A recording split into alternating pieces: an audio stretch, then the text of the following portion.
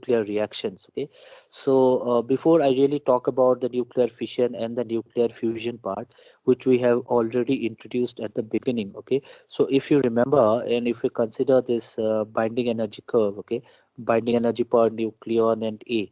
Okay, so we said that this is A, and this is actually binding energy per nuclear.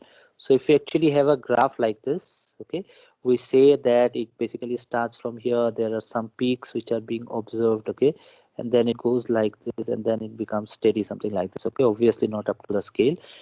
And then we say that in the mid range, it is basically nothing but more or less stable. So that's your nickel and iron, they are more stable. But if you go to the higher range, it becomes more and more unstable. And if it is having more A value, then the chances are that the system will undergo a fission reaction. So the heavier nuclei will break into lighter nuclei, and it will basically be more stable. On the other hand, if you are considering two light nuclei, let's say in this particular range, you see the binding energy per nucleon is less, so it is not very stable. So what will happen is it will combine to actually form a heavier nuclei, let's say some peak helium. So this is what happens in the sun, okay, the reaction in the sun. So this part where the two light nuclei combine to give you a heavier nuclei for better stability is fusion. And this part where a heavy nuclei breaks into two to become more stable is called fission. So this is the idea that we are going to develop particular chapter. Okay, but then this is going to be more technical rather than whatever we have studied till date. Okay, so before we understand any of these, we have to be comfortable with some of the terminologies that are basically used in nuclear physics reaction. Okay, so that is what we are going to look into now. So if we actually want to represent a nuclear reaction, how exactly do we represent a nuclear reaction? Okay, so in general we can say that you have got a target and you have got a nuclei which is hitting it. So this is something which we have already seen, because we did talk about scattering, and we say we have got a target nucleus, and let's say a neutron is coming, a proton is coming, hitting the nuclei and getting scattered. Okay, so if it gets scattered, we basically have a nuclear reaction. So what happens is after scattering, we have got another particle which actually goes out. Okay, so that is actually the scattered particle, and it might result in something which we call as the new nuclei which is being formed. Okay, so we have got a nuclei, original nuclei, which actually hits the target, and then it basically changes the nature of that target, and it forms a new nuclei altogether. Now this might happen, might not happen. So this is a very simple idea. If it does not happen, then mean it's just a scattering and not a reaction, right? You have A, it remains as A, and then you have got a particle A, and it comes out as A only. Only the change of angular momentum is happening, okay, or the change of angle is happening, or some kind of scattering is happening. So that is not a nuclear reaction, okay? So if you consider that there is a nuclear reaction in one line, you can just represent it this way. So if you consider any high-end nuclear physics book, okay, and if they are using the notation, they will probably use this notation. What does it mean? That A is the target, which is being hit by a particle, let's say A, and then we have got an outgoing particle B, and capital B is the new nuclei that is being formed. Okay, now that is nuclear reaction. Now you know that nuclear reaction doesn't happen on its own. Okay, it has to be more or less controlled. Okay, that's very important. And if we consider something like a nuclear reactor that works on this principle, so down the line, if you're studying about nuclear reactors, you're going to come across these kind of reactions. Okay, so what we call it is basically an A-B reaction. So suppose you have got an incoming particle which is proton, and we have got an outgoing particle, let's say deuteron. So we basically call it as a proton deuteron reaction. So this is how it is notified. Okay, we are not considering the target here, okay, or the new nuclei that is being formed. We are considering the projectile that is hitting the target, okay, and the outgoing particle. So basically call it as a proton deuteron reaction. Okay, so if you basically have a proton and a proton deuteron, we say that the proton is coming and the deuteron is the final outgoing particle. So this is a very standard notification that is being used for nuclear reaction, and this is important. Okay, this is important because this is something which you are going to come across, these notations. So it's not that in a real life world, it's not that you are going to have just one particle going in and only one particle coming out. There is going to be a number of particles, okay? Number of protons hitting, number of deuterons coming out. Also, it might not only be proton, but it might be some other particle which is hitting the target, okay? And there might be more than deuteron which is coming out of the system, okay? So we can actually have more than one particle emitted, okay? So this is, we can have more than one particle emitted. So that is important. So we have to understand this, that whatever we are going to study is more or less an idealized case. Okay. Now, when do I call it scattering? I call it scattering when A is B and this capital A is capital B. Why? Because if A is B, that means A will remain as A. And this, if capital A is capital B, that means capital A will remain as capital A. What does it mean? It means that we have a target A and we have got an incoming particle small a. It is coming, interacting with the target and then leaving. But it does not change. It remains as A. So that means a proton coming in will remain proton and go out. But it is going out at a different angle. That means it is getting scattered. Okay. We are not studying such reactions where we have the target here and we have got the proton here and it is going straight. Such kind of scattering, it's not even scattering, right? There is no interaction. So there has to be some kind of interaction. So if you have a proton and coming here and then going out, basically we are talking about a scattering experiment, and this happens because of the Coulomb interaction, right? So this is what is called scattering.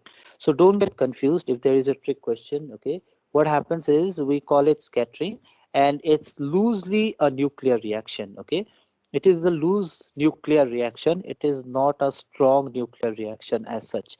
If you consider a very strong nuclear reaction, you mean that the particle which is incoming should hit the target and there should be some reaction coming out of it, because of which the properties change. Okay, so that is important. So we are considering it a loose nuclear reaction. But then if A is not equal to B and capital A is not equal to capital B, that means both the projectile as well as the target has changed. So this is definitely a nuclear reaction. Okay, this is definitely a nuclear reaction. So this case sometimes is not even called a nuclear reaction. This is just called a scattering experiment. Okay, so we have to understand this. So this unit deals with this part, okay, and not this part. So this is something which we have already studied in our second unit. Okay, so this is our fourth unit. So this is what we are going to study in this particular unit. So why I said so much about this, because the notation is important. Okay, so you have to probably remember this notation for a nuclear reaction. That is important. And of course we know that there is something which we call as the elastic scattering and the inelastic scattering, right? So if the energy is not lost, okay, the kinetic energy of the projectile and the kinetic energy of the target is the kinetic energy of the outgoing particle and the kinetic energy of the target, okay, or which is actually might be slightly having a slight motion, okay. So if that happens, the kinetic energy is conserved. We basically call it as the elastic scattering. Otherwise, it's an inelastic scattering. Okay. So whatever we are going to derive, okay, some formulas that we are going to derive here, okay, will actually be based on the elastic scattering part. Okay. We are not going to consider inelastic much here. But definitely, if you go into higher order studies, there are ideas of even inelastic scattering also. So if we just look into the reaction, okay, there are two kinds of reaction that might happen. Again, I'm coming back to this scattering and nuclear reaction. One is called a compound nucleus reaction, and one is called a direct reaction. Now, the example that I'm going to give you might sound a bit lame, okay, but then this is valid if you have two buses moving in opposite direction and they are moving very fast. Probably even if your friend is sitting in the other bus, you won't be able to spot him, or you won't be able to say even hi to him, right? So the chances of you interacting with your friend is minimum because the speed is very high. But imagine you are in a traffic jam and the bus is moving very slow in opposite direction. You can at least talk, okay? So there are chances of interaction, okay? So this is something which is sounds lame, but then this is what we are going to talk about here. So what is actually compound nuclear reaction? So if the projectile is coming, okay, we have the projectile, okay, it's coming and hitting the target, and this is happening at a very slow speed. So the chances are that the projectile will interact with the target, okay, it will have more time to interact with the target. But if this is very fast, then it is coming and getting deflected because of the charge, okay. If let's say it's a proton and interacting with the nuclei, and it is coming and getting deflected, and it doesn't have much time to interact and form the reaction, okay. So if you look into the into a chemical reaction also, if you are keeping a product and the reactant for a longer time, okay, basically are carrying out a reaction for a longer time, the chances are that you will have a better reaction depending on what kind of interaction you're studying, right? But if you are actually putting up two chemicals and immediately you are expecting a reaction, well, that might not happen because this reaction does take some time, okay. So it depends on what kind of interaction you are studying, but in general we can say that if there is slow interaction, the chances are there that you are basically having a nuclear reaction happening, okay. But then if it is a quick reaction, we basically call it as a direct reaction. And when it is direct reaction, this is more of a scattering rather than a hardcore nuclear reaction, okay. So if you consider a slow interaction, it is compound nucleus reaction. So I do have a question which I asked in the last semester, okay, to your senior students. So I've asked this question. So what happens in a compound reaction is this: you have got a projectile. I'm going to discuss that question. Don't worry. You have a projectile and it is hitting the target. As a result, what happens is you are getting an unstable output, okay, and because that unstable output will actually result in the emission of another particle, and the target property will change, okay. It will basically get converted into another nuclei. Let's say zinc get converted to copper, okay, something like that, okay. So now this compound reaction and direct reaction can be differentiated in terms of de Broglie wavelength, coming back to quantum mechanics, right? So if you remember that when we talk about de Broglie wavelength, right, so we do have is equal to h divided by p, sorry. So we have got lambda is equal to h divided by p. So you know that p is nothing but mass into velocity. So if the mass is, let's say, of that of an electron or a proton, which is very small, right? And you have got the Planck's constant, and if you do your calculation, you see that you have got an appreciable wavelength associated with it, okay, or with those subatomic particles. So whenever we are considering this de Broglie wavelength, and if this de Broglie wavelength, okay, is comparable to the size of the target, okay, we can actually expect the compound nuclear reaction, because you know the size of the target and the particle will have a better interaction if both of them are comparable. Okay, the de Broglie wavelength of the particle is comparable. On the other hand, if it is very small, what happens is there will be scattering rather than a reaction. So imagine an electron, okay, which is actually having a very less mass, okay, and imagine a proton, okay, which is having a greater mass compared to an electron. The type of interaction that electron has with the nuclei will be different from the type of interaction that proton has with the nuclei, okay. So that means that the target also plays an important role along with how fast or how slow it's interacting with the nuclei, okay. So if we just want to write down some sentences here, what we can say is this: if the energies, okay, so energy of the projectile which is coming in, okay, are such that the de Broglie wavelength of the incident particle, okay, so whenever I say projectile, I just mean it's the incident particle, okay, of the incident particle is comparable to the size of the full target nuclei. So you can say that if you are considering a nuclei, what will be its range? 1 for me, 2 for me, right? Max 2 for me. So it will be around 1 to 1, 2 for me. So let's say it is 1.5 for me. So 1.5 into 10 to the power minus 15 meter. So what you can do is you can measure the wavelength of that incoming particle and see, is it comparable to 10 to the power minus 15 meter? If it is comparable, then the chances are that we will actually have a compound reaction. Okay, so we can actually have a compound reaction. So that is important. Okay.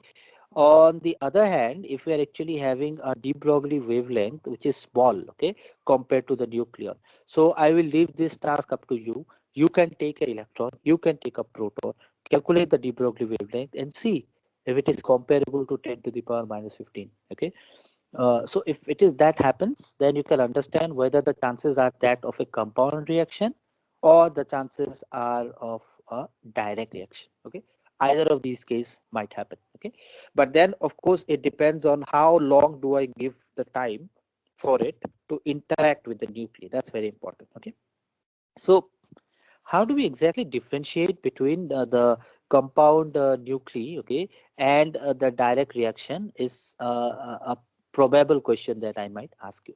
So how can we differentiate between compound and direct nuclear reaction? So